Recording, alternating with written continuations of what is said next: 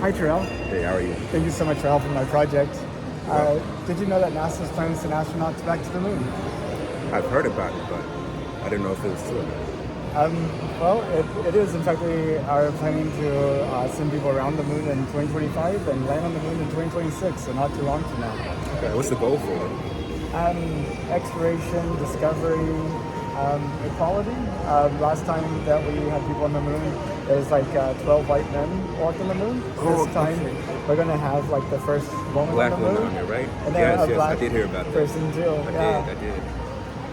What do you think about that? No, that's pretty cool. Be able to give those people an opportunity to do so. Because they obviously didn't have the opportunity back then, much less to even qualify for it. So the fact that they have the opportunity to achieve the same feat, you could say, accolades, it's a blessing, you could say that. So. Yeah, I mean, that way people could kind of envision themselves up there. You know, they see Right. people that they feel more relatable to them. Right. Like, you know, that could be me. Representation. Representation. It's a huge thing. When you see somebody who's like you accomplishing something, it makes it that much more possible. Yeah. The fewer barriers, you know. Right. Well, whenever you think about the future of humanity, like 200 years in the future, do you think we're still only on the Earth, or do you think we're on the Earth and like Mars and the Moon and like these orbital cities and things like that? How do you see it? You know, it sounds so far to reach, but I like to think big. I like to hope so. That would be cool if, say, even just under a century from now, we can have a habitat on different planets, you know. Much more advanced technology. That's cool, it's cool. Just to think like that. And there's so many things we can do now, so much technology we have now that we thought was unfathomable. We just thought it was so out of reach. We thought humans couldn't fly from one point. Technically, we can now. I know, like 200 years ago, they'd be like, what do you mean you're flying to Europe or, Right. you know, Dallas or wherever? Only birds can fly. Only birds can fly. But now, look at us. I know, we fly and we think it's nothing. Right. They complain about the Wi-Fi and the quality of the bathrooms and Right. We take it for granted, but we really don't realize how advanced that is. The fact that you can just go and you can talk to somebody across the globe right now. If you just pull out your phone, get on a laptop or any sort of computer device, you just chat it up with someone. That's really something remarkable. or even automobiles and AC and lights. Exactly. Right. All those artificial sources that you can just manipulate. Just like that, or to touch of a button. I know. I mean, used to you get some logs, put it in the fireplace, maybe catch it on fire. Right. Maybe so. Maybe. Even that, you know. I say it's a bit of a trade-off. It's a blessing and a curse in the sense that we have such advanced technology, because there's some things that we've forgotten. But I'd say, generally speaking, it's a step in the right direction. A step forward. I almost feel like when we were born, maybe we should like live in like without technology, and then like get it added to our lives as we get older, Right. and then like get appreciated, you know? Right. See, I thought about that. I think about that all the time because I'll say around my generation, which is Gen Z technically, but I'm at the start of it. I'm only 22. We grew up when technology really started advancing, right? When I was in middle school, that's when they made the first smartphone. Prior to that, people just, you know, they had phones, they had computers, but it was such a, I won't say primitive, but the early models weren't nearly as advanced as the ones now. So they did a lot, but you still had to, I'd say, communicate much more directly with humans and other people, you know, society. It wasn't easy to just say, you know, just sit on a computer all day, because it was so limited in capabilities. Now, technically, the smartphone is a handheld computer. You can do everything on there. You can listen to music, you can do work-related tasks, you can watch movies, you can record like we're doing right now. I know, and this is amazing. I mean, just like that. I mean, used to like I guess like 23 years ago, we would need like a big video thing. Right, you need the big cameras and everything. With like the tape going, you know. Right, and the tripods, you got to set it down, and you got to make sure everything's working fine. But now you can just Yeah. So then I bring it out here, and it's crystal clear. Exactly. It's a great thing. It's a great thing. Yeah, and also, I mean, you make a good point about our cell phones, like being computers in our pocket. When, I mean, like whenever we had like desk computers, you would have to step away from it. But now it's like following you everywhere. Right. You know, it's like always, I gotta look at something. What am I not doing? You know, it buzzed. You know? Right, exactly. So now it's become a part of our everyday life. This is why I say it's a blessing and a curse, because it's so accessible, it's so convenient. Simultaneously, though, it can be very overwhelming for most people, if not everybody. To simply have to, even if you have to consciously make a decision not to fiddle with it every once in a while, because it's just hard not to. Like you said, even if you take it and you put it in your pocket, a minute or two from now, you're gonna get some sort of notification or ping. It's gonna vibrate. You just subconsciously have to take it out and see what it's about. And then your mind starts wandering. It's like, okay, what else? What else? What else? Then there you go. So, like I said, blessing and a curse. It's a lot of good, a lot of problems it causes too. But you know, it's just something I think that with time people will become more accustomed to, and they probably have a better way of dealing with it. Right? So we don't run into the same problems we have now. Whether it be small problems, just like, oh, you sit on your phone too long, or something that cripples your life. You know? I mean, that's a good point. You learn to cope. Right. Or if you don't cope, you don't survive. So there's the sad part. Right. If you don't learn to cope, you don't survive. And we all do it to an extent. Like, for instance, older generations, they use the technology too, right? Mm-hmm. But they're not as proficient with the technology as the younger generations who were born and raised with it. But on the other hand, they can do certain things, other things that a lot of people in the new generations can't, because it's something they've never had to do, right? Let's take, for instance, even something as random as learning how to knit clothing or stitch it, right? Like even like repair a tear, or Repair a tear. maybe change the hemline on like a pant, you know, Right, it's a little too long, but right, or it's a little bit too loose. I wouldn't say that everybody has common knowledge of how to do it, but it was a lot more prominent just even a couple of decades ago. But now you flash forward, and I can't name anybody on hand who can say if I have a tear in my jacket, I don't know anybody. Right, you like sew that up. Right, I can't just say, hey, friend number 2, can you do this for me? It's to the point where I have to find tailors to do it, right? I have to find people, and it's almost like a maze, right? Just looking for the right people for those type of things. And that's just one example. There's so many other things, you know. And some of it's really extreme, some of it's a little bit more tame, but it's a trade-off. Either you become really proficient in the technology and you're just tech savvy, or you're more traditional, but you're a little bit more independent and self-sufficient. I know some people change their own oil, you know, Yeah. you're like, whoa. Right, exactly. But there's a trade-off with that.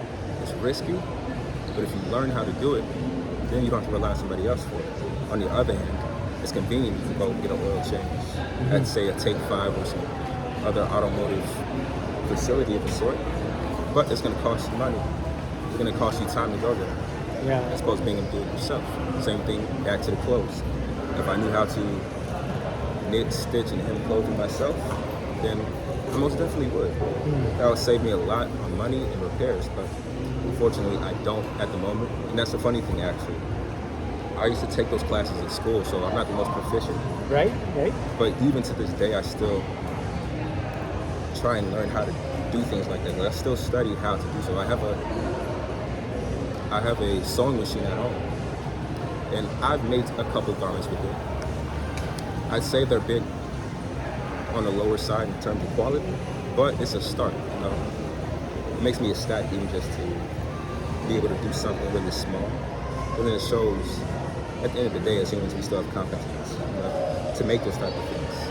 There's a lot of people who are pioneers, right? And then you have the people in modern day times who essentially live off the works of those pioneers. Why'd you settle for that when you can be a pioneer of your own? Or you can make your own path, so, right? I like it. And then, you know, you feel like you own it. Like, Right. I mean, this is like mine. It's not something that was given to me or that I went out and got. Right. It's like, I like know how it was made. I could repair it, I could change it. It's like mine. It's yours, exactly. It's yours, and nobody can take that away from you. If you built it from scratch, or you put your own twist onto it, people can see that. People can tell. It's almost like a night and day thing, to where you see, oh, it's not like the other. It's not like ours. Hers is different than the six.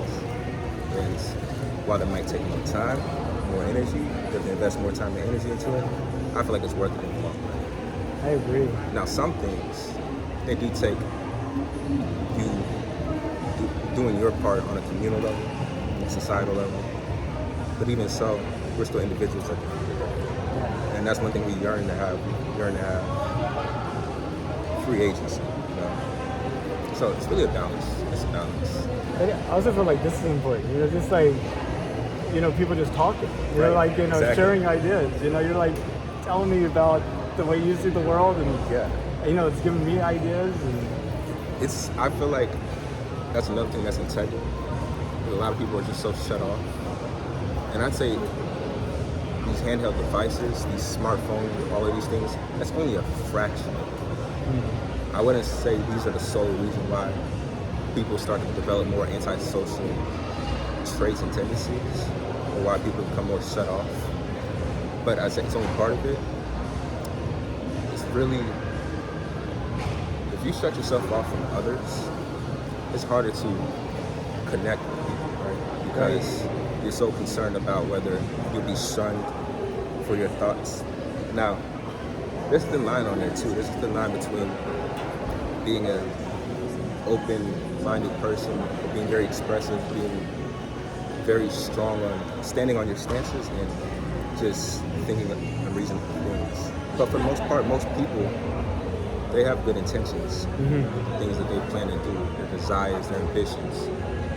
And you'd be surprised how much more supportive people would be if you were just more upfront and honest about it. A lot of people,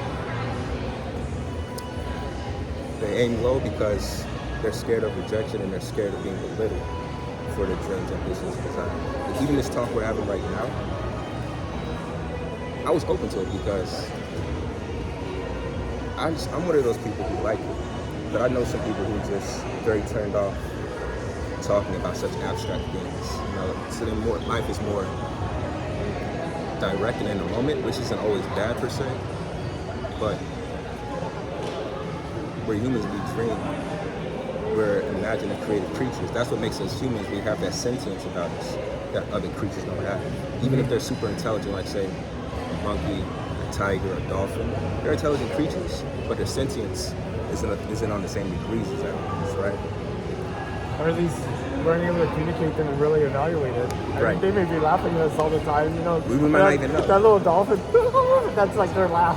Right. Like, they're still a human. Even if he's feeding me, I got it all figured out. This guy. Right. Right. They don't have to pay. When you really think about it, they live real well on Earth because, wow, as a wild creature, your life is more volatile. Any day, a predator can come up in your life like that. Outside of that, and say something like being susceptible to illness, the harsh world of Mother Nature, generally speaking, they still have their free agency. If you look at untamed animals, that's why they fight so hard not to be held captive. It's a subconscious thing. You can look at animals that are raised in captivity, and you take the same breed that wasn't, and you see the differences night and day, to where they're just missing certain instincts that make them what they are. You take a lion, you raise it from birth in captivity. It's still going to be a lion per se, but they're going to have some things missing about it. If you released out into the wild, it probably wouldn't survive because it's been so far removed from its natural habitat that all it knows is living in such an artificial environment. Now, there's also some things that with human intervention, we make better. But I keep going back to the same point, it's a balance, right? As long as we keep some part of us original intact, our free agency, our natural tendency to think for ourselves, that subconsciousness, then that consciousness beneath subconsciousness, that fuels things that you wouldn't even fathom. But yeah, we keep the same ambition and drive to adapt and evolve, as you could say. And that's really when we start making moves, making good progress. You know, to become what we can become. Right, exactly. You see, like, for instance, war. I don't want to say anything like it's anything new. Even if it's war, things have done war since the beginning of recorded time. War. And you see some of the times it's legitimate to where, okay, maybe it's just two different factions and they just don't see eye to eye. They have a different way of life. As much as it sucks, that's why they're having wars. But now, further on down the line, you see a lot of it's more for selfish gain, and a lot of it's close-mindedness, right? As opposed to just being more receptive as people. And I say that because even if you take it on a tamer version, back to just everyday life, you take these everyday people, a lot of people are convinced that everybody else is out against them or nobody really cares for them. So then they develop the same type of mindset. They develop a shell to where it's about you're not concerned about the next person, right? Unless they affect you in some way. If they start hindering your lifestyle or your way of life, then you have a problem with that person. But outside from that, you really care less. You really care less about their ambitions, what they could do, unless somehow you can feed off of it, as opposed to being, say, like a mutual relation. Right. Where, okay, you have these great ideas, I have these great ideas as well.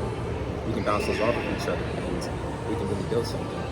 A lot of people have developed a sort of take mindset, or I'll take from them before he takes from me. And it's a weird dichotomy, I'll say. It is. Yeah. It's very deep. Like it's food for thought. Yeah. You know. I mean, I feel like it's easy to just be concerned about yourself.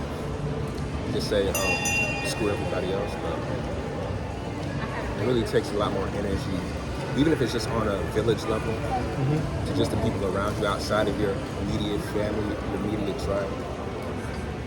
It takes actual effort and energy to look out for other people, or even just be somebody who adds value to the people around you, not just simply another warm body that they'll never get to know. Like another instance, you see so many people, like a neighborhood I live in, I don't know most of my neighbors. Yeah. I've been living there for about 7-8 years now. I still don't remember the names. They don't know the name of me as well. Wow. And I don't take it personal, but it's just a weird thing. Like, why are we like that? Why are we that? Like there's no community. There's no you're like looking out for each other, right. Sharing. It's like you might as well be like people staying in a hotel. It's the same way in my neighborhood too, and I think it's actually in most neighborhoods. Like, yes, it is. It's weird. I mean, there might even be a little competition. You know, it's like my house does look nicer than my neighbors. You know, that type of thing. Right. How's my car look? You know. The rat race in a sense, where it's more so just it's almost like a indirect competition. It's where a lot of people put on a facade too about their life. Right? It's where, and I'll say this: you don't necessarily have to be so honest and upfront about your life that everybody knows all the bad and the misfortune that goes on with it, all the drama, all the tea. But generally speaking, most people don't have as much as they display. You know, end up going in the negative, right? Just to prove that they're of a certain status, as opposed to actually just working with each other and having some sort of humility.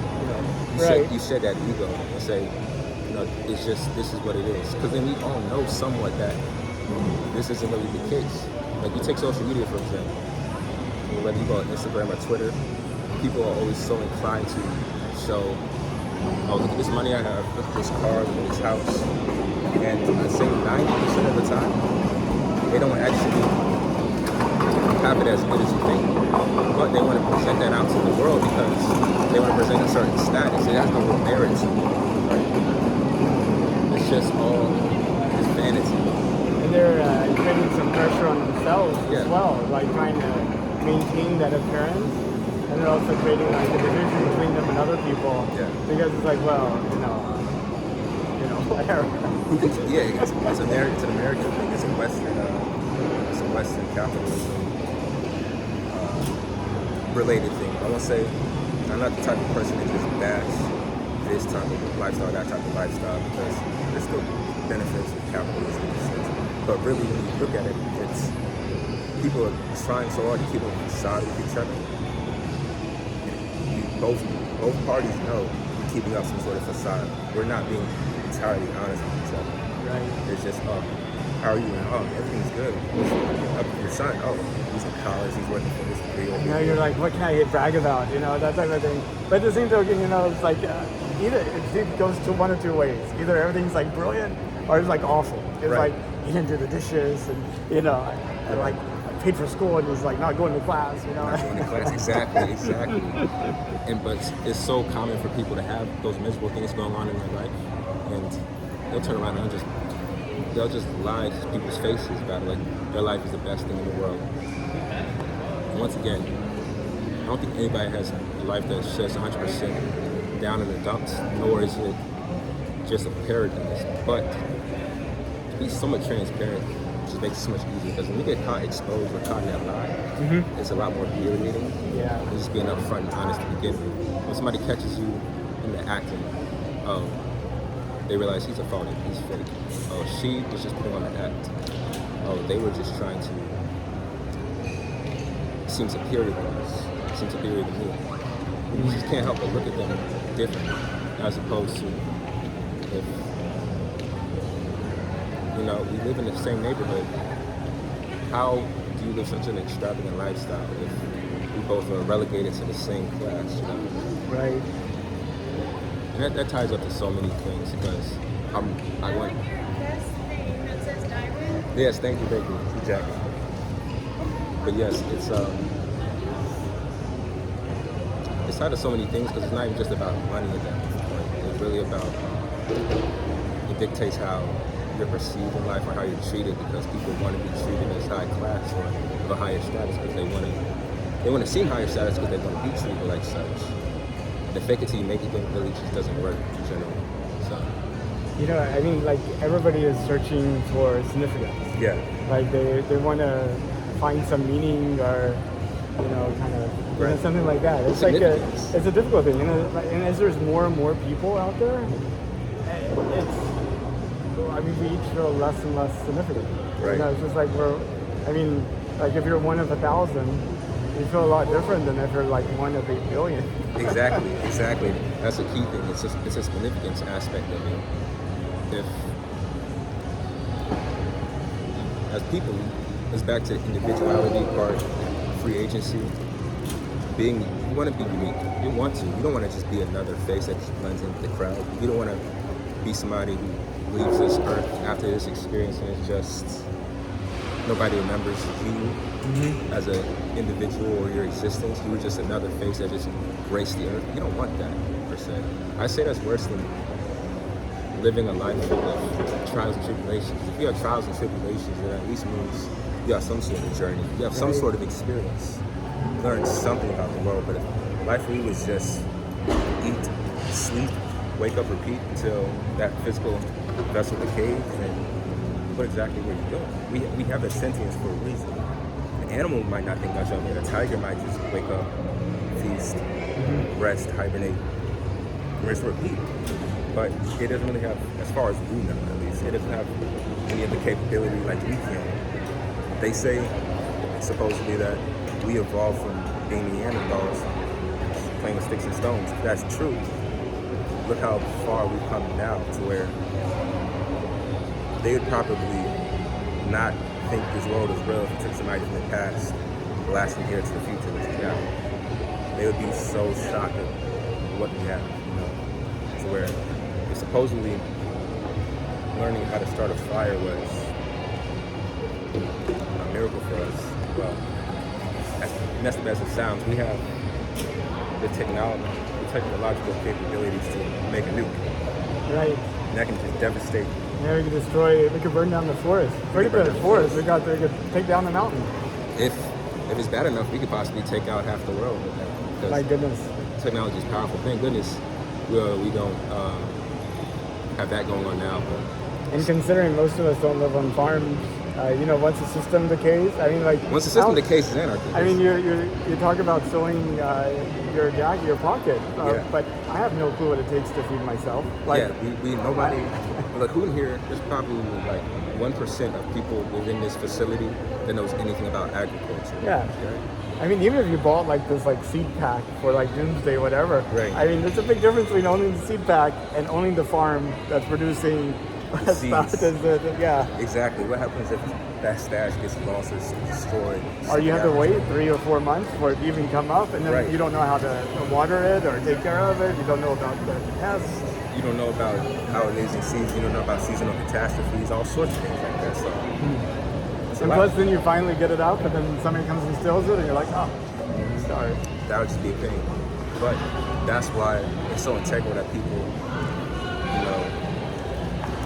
learn and do their part in a sense, right? You're not necessarily having to sacrifice part of yourself, but having a looking out for your village type of mindset to where it's not just about, I'm all for myself, because when you really think about it, who's out here in this society doing things for themselves? Everybody's somewhat dependent. As weird as that sounds, we're all somewhat dependent on it, right?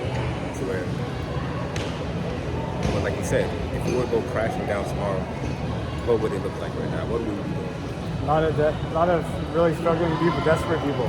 Desperate people, and it would probably be a lot worse than just not eating. It would probably be very violent, be very volatile, just all around dangerous because it keeps a lot of people infected.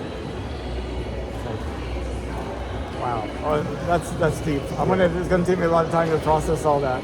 I know. See, I think about these things all the time because, how do I say? I won't say that I'm above other people in that hard aspect, but once again, you're not necessarily given a specific purpose in this world, or at least according to your beliefs. Some people might feel compelled that they have a certain purpose depending on their religion or their philosophy of life.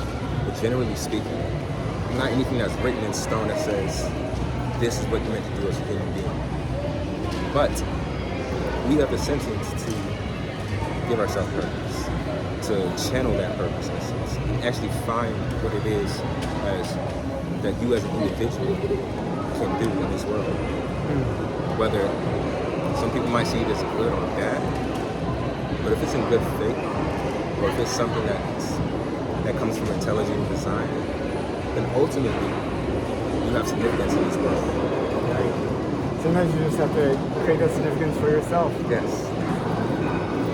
That's exactly what it is. Just create significance for yourself, because if you just rely on the world, to just one day have it fall in your hands, it's very unlikely. I won't say it won't happen, but you're gambling. You're gambling your life, whether or not you'll be provided an opportunity as opposed to creating a path for yourself and seeing the opportunities that are available. If you just sit at the start line, then nothing will happen. You won't just teleport to the finish line. It's not how it goes. I mean you're so far ahead for being 22. A lot of what you're talking about, even at 48, I'm still struggling to think through. So Right. it's really cool. Well, I got one last question for you. If you could you take a trip to space? I would. How far would you go? As far as I could. In a timely manner, right? Because I still want to come back to Earth. I really don't know what lies out there. It could be something very magnificent. It could be something terrifying. We really don't know. Especially not us people who've never even stepped foot in a spaceship, right? I'm sorry. Whatever would be the term for the aircraft that they use to take to space. But none of us has even been close to reaching that. So we can only imagine at this point, or be faithful to what they tell us they discovered. But Most definitely. Who would ignore that opportunity? People that are claustrophobic, people who are scared of heights, people who don't fly. Right. You have a point. You do have a point. You do have a point. I talked to a few of them. I've interviewed like 1,500 people. Yeah. So I've heard lots of variety of views. You know what? That is a good point. And I can't blame them if they have fears. I feel like we as people should try and overcome them. But if it stems from something, or they just feel like it's just something that's too overwhelming for them, it makes sense. It does. Me individually, me personally, I would even hesitate to go to space. I would. The moon and past that. You know how people say oftentimes, reach for the stars? Why not? Let's go. Let's get it on. Yeah, exactly. Well, Terrell, I really appreciate your time. It was such a pleasure to get to talk to you. Thank you. Thank you. Have a good day. You too.